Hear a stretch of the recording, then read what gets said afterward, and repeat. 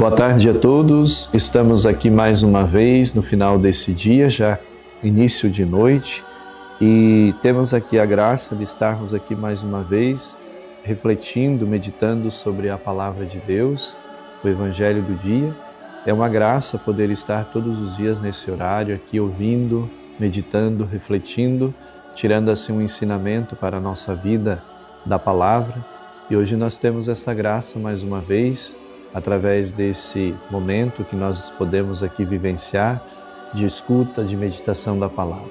Então o Evangelho de hoje é o Evangelho de Mateus 16, de 13 a 23, que traz para nós a seguinte mensagem. Naquele tempo, Jesus foi à região de Cesareia de Filipe e aí perguntou aos seus discípulos: quem dizem os homens ser o Filho do Homem? Eles responderam: alguns dizem que é João Batista, outros que é Elias, e outros ainda dizem que é Jeremias ou alguns dos profetas. Então Jesus lhes perguntou: e vós, quem dizeis que eu sou? Simão Pedro respondeu: tu és o Messias, o Filho do Deus vivo. Respondendo, Jesus lhe disse: feliz és tu, Simão, filho de Jonas, porque não foi um ser humano que te revelou isso, mas o meu Pai que está nos céus. Por isso eu te digo que tu és Pedro, e sobre esta pedra construirei a minha igreja, e o poder do inferno nunca poderá vencê-la. Eu te darei as chaves do reino dos céus. Tudo que tu ligares na terra será ligado no céu, e tudo que tu desligares na terra será desligado nos céus. Jesus então ordenou aos discípulos que não dissessem a ninguém que ele era o Messias. Jesus começou a mostrar aos seus discípulos que deveria ir a Jerusalém, sofrer muito da parte dos anciãos, dos sumos sacerdotes, dos mestres da lei, e que deveria ser morto e ressuscitar no terceiro dia. Então, Pedro tomou Jesus à parte e começou a repreendê-lo, dizendo: Deus não te permita tal coisa, Senhor, que isso nunca te aconteça.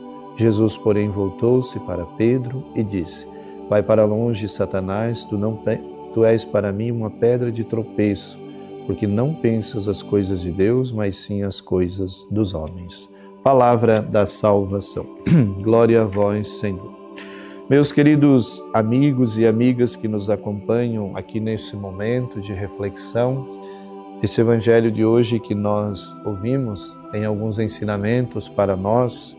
O primeiro ensinamento que o Padre gostaria aqui de destacar é a respeito da pergunta que Jesus faz aos seus discípulos.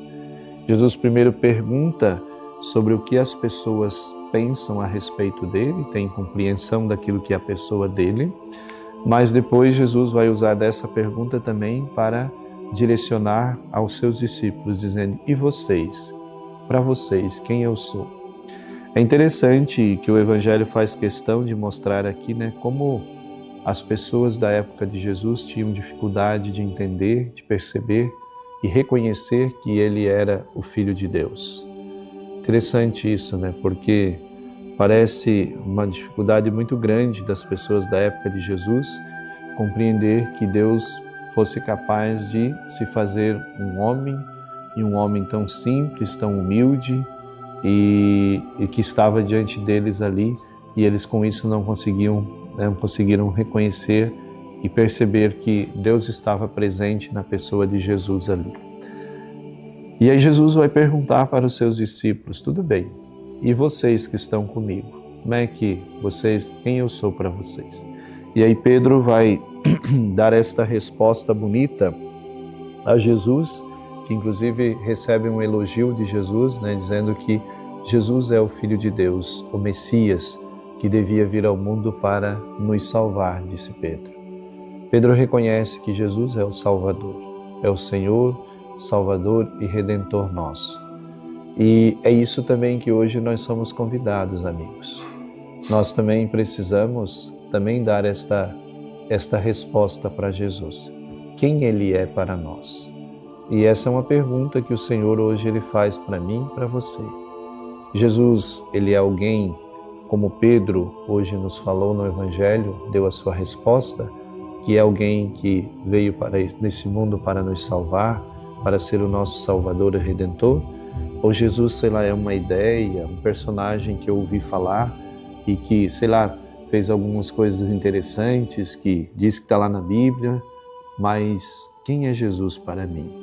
Jesus é uma pessoa que faz parte da minha vida, que eu me relaciono, que eu convivo, que eu estabeleço um relacionamento, uma convivência, um convívio.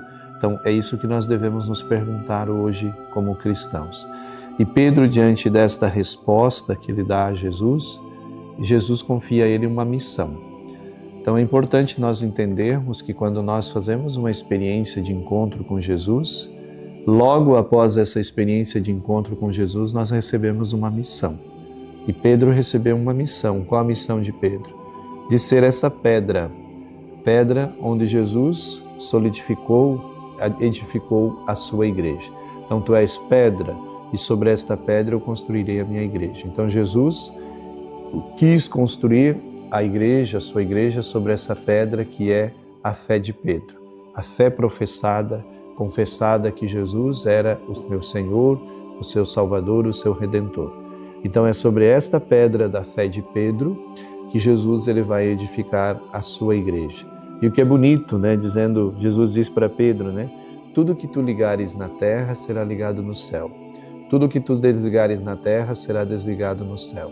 Então, Pedro tem a missão de ligar as coisas da terra, as realidades terrestres, as realidades celestes. Fazer com que aquilo que, às vezes, pelas nossas más escolhas, acabamos desligando, Pedro tem a missão de religar. Então, isso é importante, nós tomarmos consciência, né, que a igreja que Jesus fundou tem essa missão de ligar o que é terrestre, o que é passageiro, o que é deste mundo, com aquilo que é celeste, que é eterno, que são as realidades do céu. Então Pedro tem essa missão. Então que nós também tomemos essa consciência, que também temos a missão de fazermos esta mesma experiência, de ligarmos, de estarmos em conexão com aquilo que é passageiro, com aquilo que é eterno, que são as realidades do céu.